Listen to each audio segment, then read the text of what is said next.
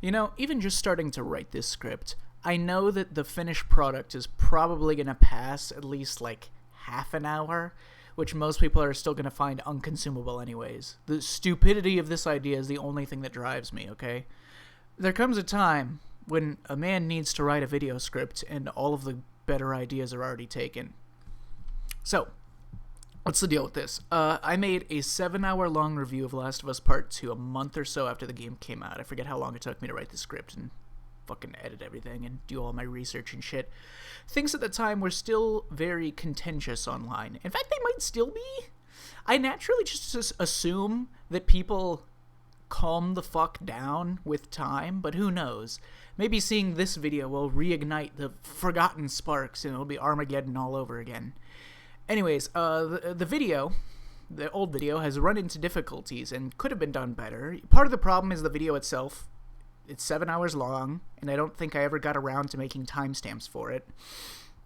It's also bloated, albeit somewhat intentionally. Like, once I knew that the video was going to be ass backwards in length, I just decided to put every single thought I had about every part of the game into it. Conciseness be damned. Just fuck it, who cares? I was also, at the time, looking around at the most vocal, extreme takes on the game from both sides. So I kind of tooled my writing to appeal to the lowest common denominator because I felt the need to explain some really basic things to some people that I'd seen takes from, you know? So the video is also bloated from me just talking to the audience like a fucking toddler. But largely, my audience received some severe backlash, which destroyed its chances in the algorithm. In some random, like a couple of weeks after it was up, in like a 1 hour or 2 hour period on one day, I suddenly got an influx of views, all of which were only watching a few seconds of the video, leaving a dislike, then closing the video. I don't know who did this, or why it was done. I don't know what the reason was, but yeah, my video was dead in the water after that. All you need to know, if you're interested in the full version with every, and I mean every thought I had about or around Last of Us 2 and the discourse surrounding it at the time of that writing, you can go check out the original. I'll leave it in the description, but as for this video, there are more important pieces of information and opinion that I'd like more of the world to know, and for that I will clean it up and succinctly explain it here. To this day, when I see people discussing Last of Us Part 2, positively or negatively, I cannot relate to anything that anyone is saying because they're all fucking wrong. Everyone is wrong. I'm done playing nice. Literary analysis will prevail. Animal Farm is not about how difficult it is to be a farm animal, and Last of Us 2 is not about revenge. Okay. I suppose I should preface this by saying my opinion on the game hasn't changed that much since I made my old review, so what I said is still true. The more I thought about the game, the more it appealed to me. The main new realization that I have coming into this video is, and this might be extremely subjective, I have no idea if anyone else will get where I'm coming from on this, but I think the game just makes me feel good. Like, playing it, looking at it. I'm not talking about, like, pretty graphics per se, or smooth feeling gameplay or anything, but just like something to do with the art style, the tone, the lighting, weight of the environment it's designed, the models, the animations, whatever. I don't know. The character model design, I don't know how to describe it. When I look at like Ellie's back and shoulders and the environment and like in the front around it, I don't know, I just feel good. The whole vibe of the game's audio-visual experience just gives me a really comforting feeling. I think this is a major part of why I like the game. Game feel and game tone is very important. If I play a game where I'm not really feeling an innate satisfaction from just looking at it and doing simple things like walking, then the game will start to get old really fast, as it just won't engage me.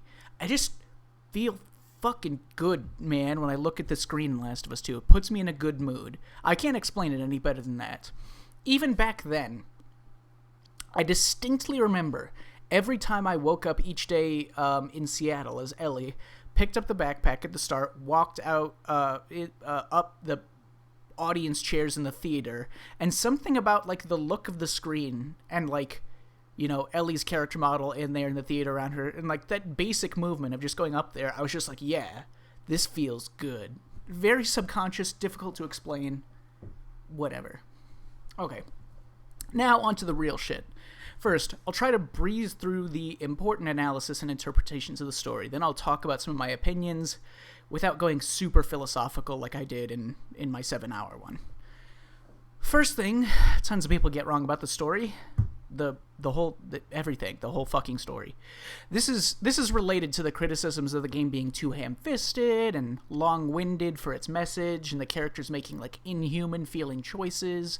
The story of Last of Us Part 2 is mostly about watching Ellie do her dumb fucking murder quest, and we, as the audience, are gradually fed details and meaningful bits of information and suggestion that we use to uncover the mystery of Ellie's mentality. The structure of the storytelling, the game story, is almost entirely a mystery narrative.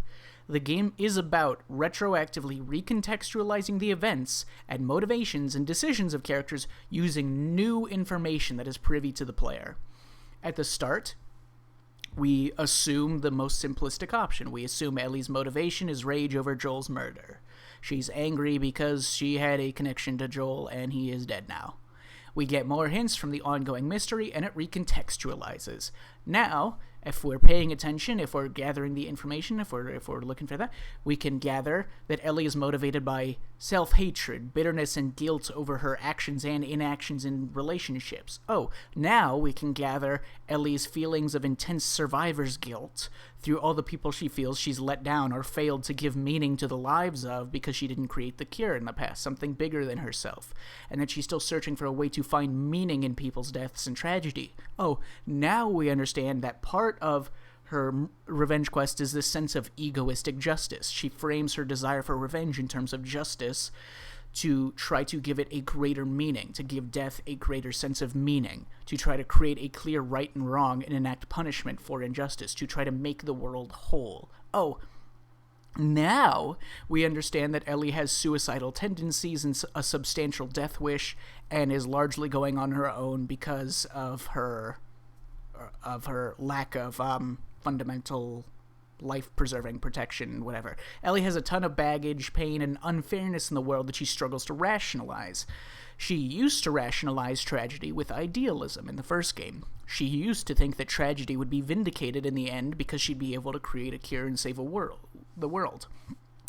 She used to be able to take the deaths of loved ones in stride because she had confidence that the greater purpose would give it meaning.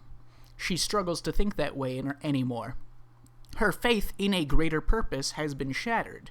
She knows the cure wasn't done, that her survival doomed the world in her perception, and she struggles to rationalize this tragedy using her old coping method of idealism. So she looks for something to blame. She looks for a way to create meaning.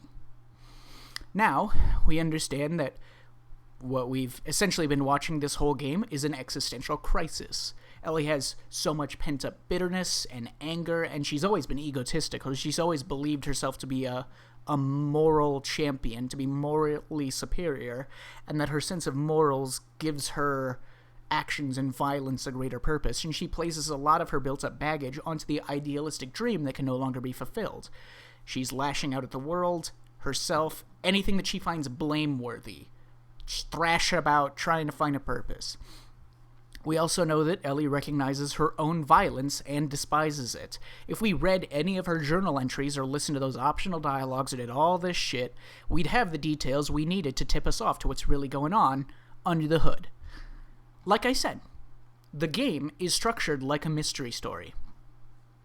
To this day, I said this in my original review and I'll say it now, 80% or more of this game's important information, like important to the themes and understanding the characters and everything, important information, important dialogue, details, interactions, symbols, etc. 80% of the game's important story information is completely optional and missable in-game. Now, in the story, we finally reach the end of the endgame, the Santa Barbara section. Oh, the conflict's coming to a head. Not the conflict between Ellie and Abby. Oh, you'd have to be a fucking moron to think that was the conflict of the game. The conflict of the game is obviously Ellie wrestling with her mental state and trying to move on with her life, but being unable to move on with her life, unable to find a meaning or purpose in her life, or escape her sickening feeling of emptiness and bitterness and guilt and such. If you bother to study into the story details and read the journal entries Ellie wrote in between scenes and on her journey that led to Santa Barbara and such, you'd know that Ellie, at the Santa Barbara point, is more than well aware that Abby is not and never was the problem. Ellie basically writes in her journal, I have no idea what the fuck. I don't know how to feel content with my life anymore. I don't know how to be. I just feel like shit all the time. I'm just gonna do this for the fuck of it. Maybe it'll change something, or I'll die along the way. So be it. I'm not going to put out my old recording setup back together and get more footage from Last of Us 2. It's not the kind of game that's easy to look stuff up on YouTube for because, again, so much of the important information is optional and missable. Like, oh, if you stand in this environment and interact with these things, in this order but not too fast, it'll trigger this conversation, but don't walk forwards past this set of doors, or it will cut the conversation off. Like, it's so obtuse to get all the textual evidence that you need for the game's story. I'm not going to bother. Man, find the evidence yourself. It shouldn't be too hard if you're playing the game looking for the thing. Like, if you play the game thinking about what I'm telling you now, it should make a lot more sense, and you'll pick up on it better. But in my original video, I did provide a lot of evidence in the original review. In my review, I criticized the game for being built two contradictory ways. I think it's structured to impact you it's structured to try to impact you for a first playthrough with the surprise and the shock and stuff, but a shitload of the story only really becomes clear on a second playthrough. There is so much dialogue with hidden meanings and details that you can only pick up after you know the whole plot and story, that you can only get on a second playthrough. The whole story is basically just a series of getting new details and suggestions that retroactively change our understanding of what Ellie's motivations have been the whole time, amongst other things.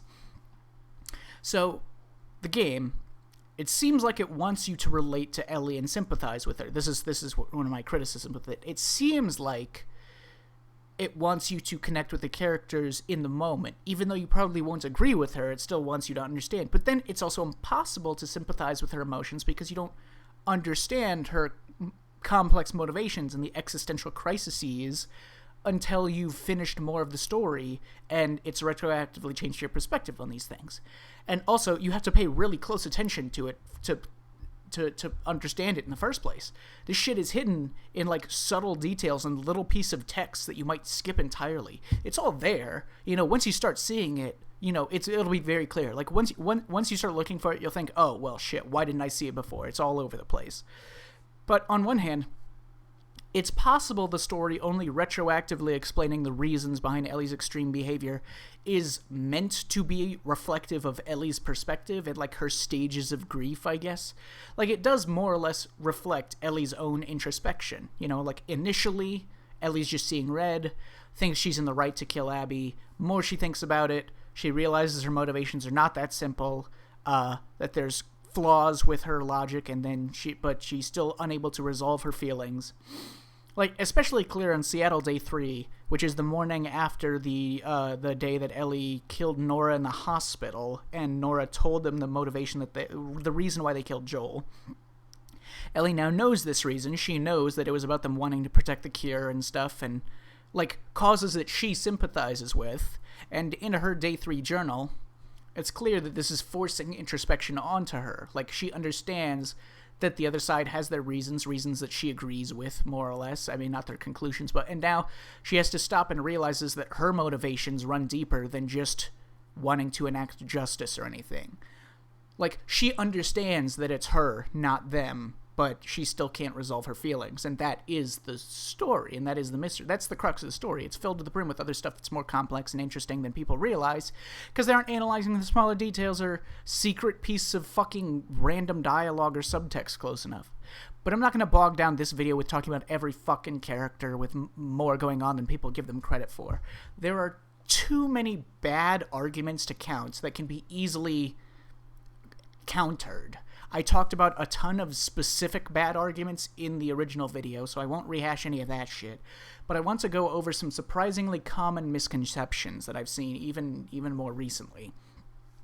Firstly, Ellie and Dina did not go to Seattle explicitly for revenge.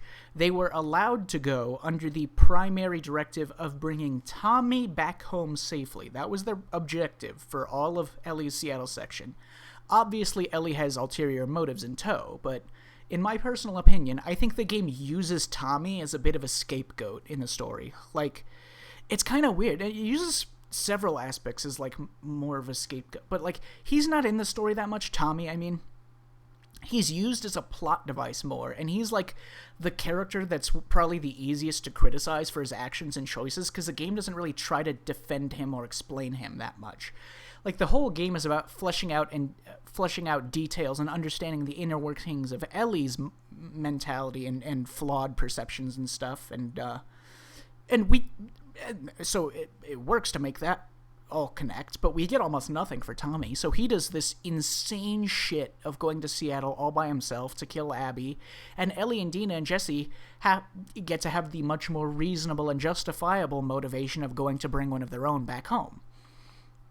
I do not think Tommy is well done in this game, but I strangely find it better for the game overall that he gets to be the one who feels, like, ridiculous and unbelievable to make it easier for everyone else to feel more natural. But again, it's not, obviously I'm not excusing it.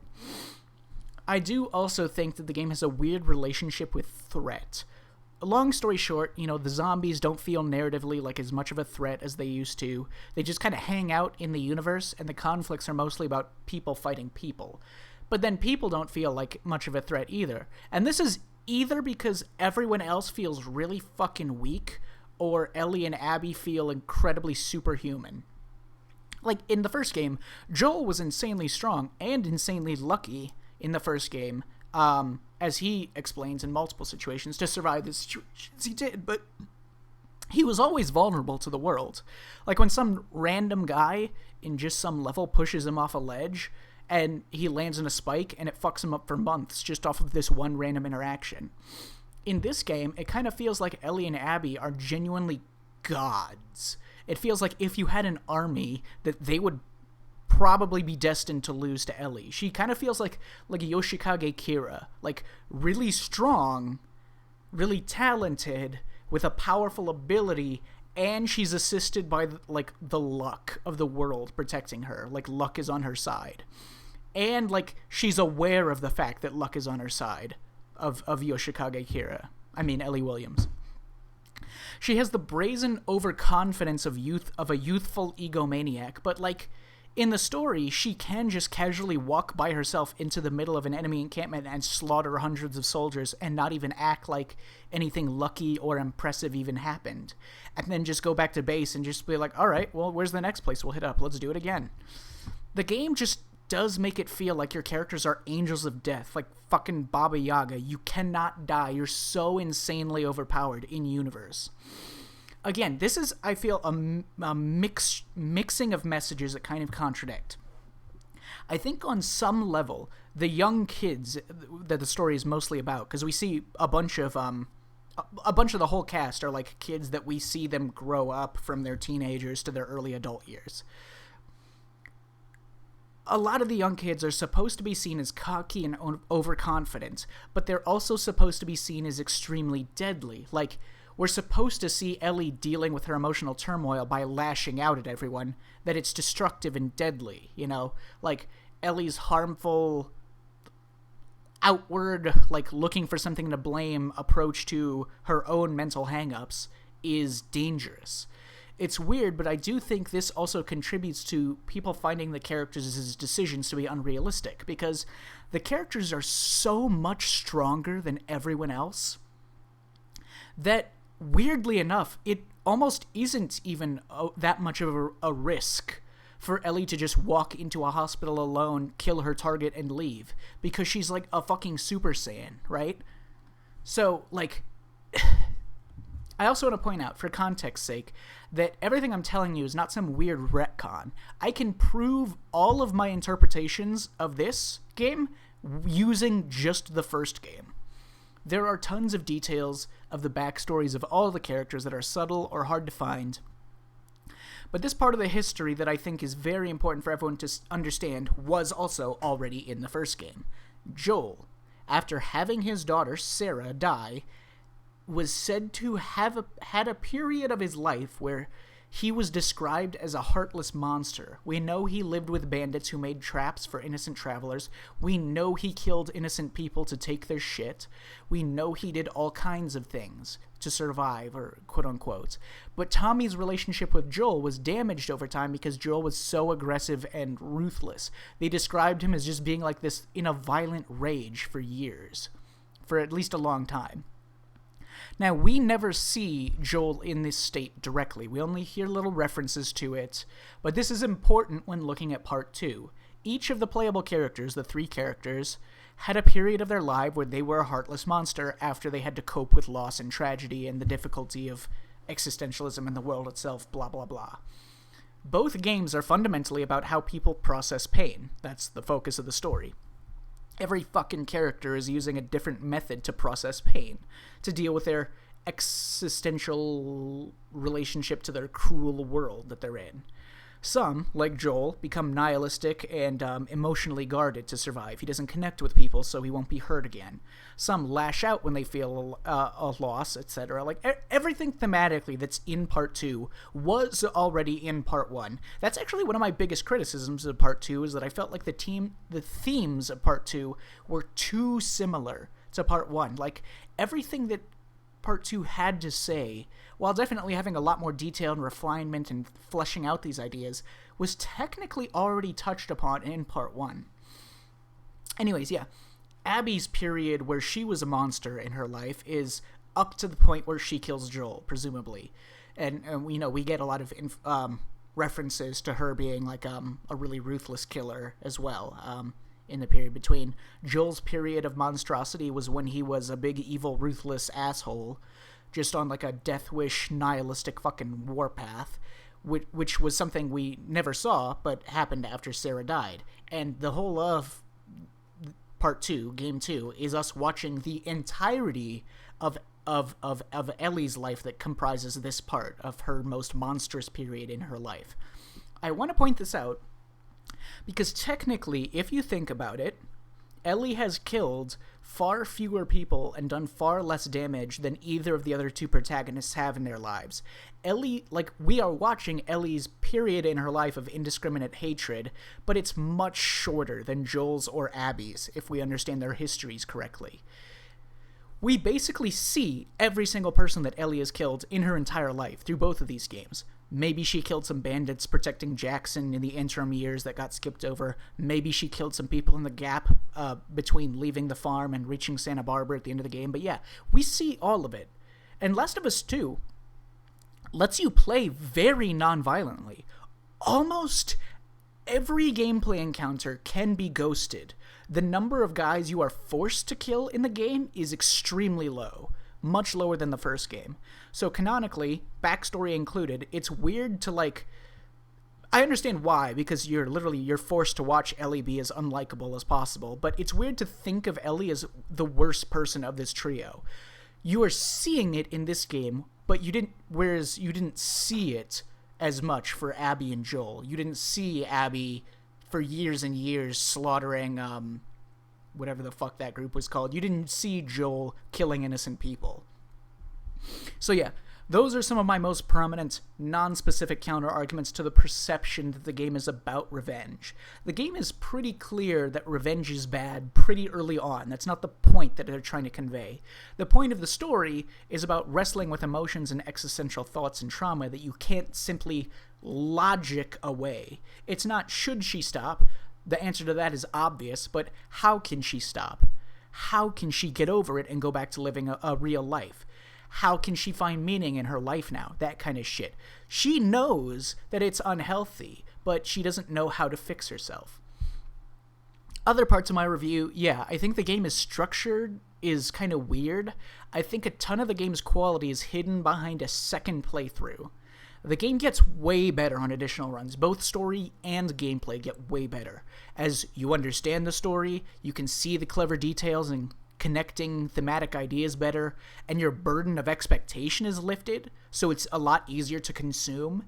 and the gameplay is fucking slaps once you know how it works, and all the level layouts and such. You get to do like speed stealth and ghost levels in a really fun way. But yeah, weird design for a cinematic story-based, like emotional-based game to write it in this way with all these missable details and recontextualizations. I don't mind. I prefer it this way, but most people are not me. Most people would rather they understand the story in one playthrough and can get it enough to get the meaning from the scenes and parts of it that are supposed to convey meaning. As for my overarching opinions on this game, I know I've kind of sprinkled them in here and there, but I mainly wanted this video to be able to explain the interpretation of the story that aligns with the evidence in the game and the details. My actual review, my opinions on it, is secondary to that in this case. I mean, I like it a lot. You know, like I said, it gives me good vibes. It's like my biggest, the thing I care about the most, I guess. Most of the game is very unobtrusive to interacting with it how you want. That's another thing. The game weirdly has like really good player freedom in that you can play it as fast or as slow as you want. You never have to wait for the game to finish something, some boring chore-like shit or anything.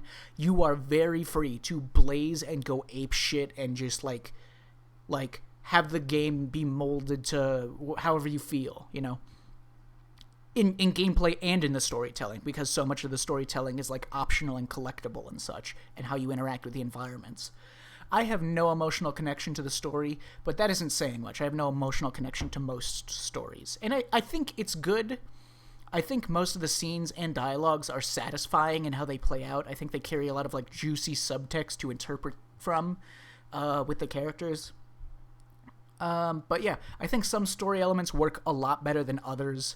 I don't think any part of the story strictly drags, maybe a couple of them, but if you're getting all the details and thematic connections and stuff, it's pretty good. And one benefit to so much of the story being outside of cutscenes is that you can very much engage with the story at your own pace as well. You can read stuff quickly or slowly, skip dialogues. This info can exist and be consumable without bogging you down. I think Abby's section kind of fails to justify itself. I don't think it's boring to go through like some people do, but part of the problem with this game is the characters with a lot of background and details sprinkled in. They work fine. The characters with less going on to inform their state of mind or their background, they're a bit weaker. I think if the goal was to make Abby feel like a fully fledged character that you would like, you understand and you coddle, one, I think she needs more personality to make her more charming and more likable. And two, I think that Abby's section is more ham-fisted than the rest of the game, easily.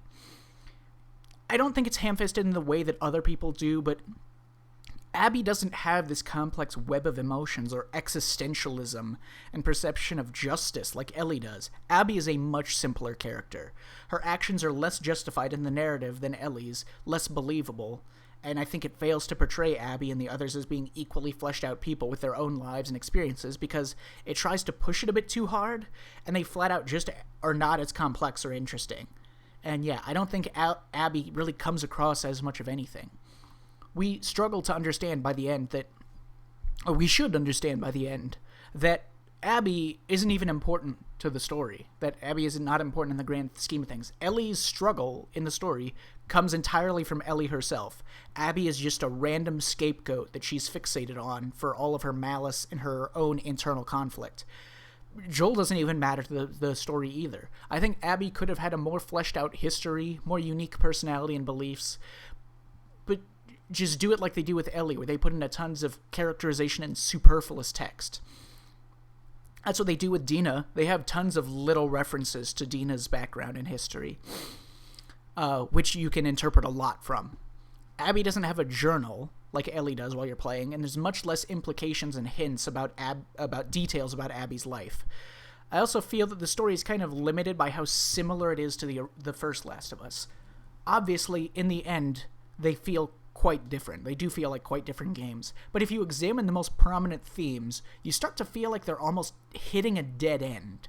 Like, how many different ways can you possibly portray people coping with loss through this method or that method? You know, like, how many different ways can you portray people coping with loss through assigning blame to something in the world around them? How many different characters and situations will you write that all kind of feel the same? You know, every situation being about dealing with loss. I feel like they keep ending up at the same points, like hitting the same wells, so to speak. Characters almost feel pigeonholed. They have to keep hitting the same thematic beats. So it feels like most of the cast are just weird, like, slightly different copies of each other. Like, it takes the concept of making character foils and takes it too far, where most of the cast feels just like, I don't know, it's on the nose how similar everyone is. And a lot of the times they lack more distinct personality. And the themes could also be more interesting from that point forwards. From my perspective, there's a big difference between looking at a story structure versus how you end up consuming it in the moment. And I just have to be honest to my feelings while playing it and say that I just like the way the game delivers its scenes and its dialogue and such, and the notes and shit like that. The specifics of the story, like the characters, the plot events, whatever, don't even really matter much to me in this case. You know, there are parts I don't like.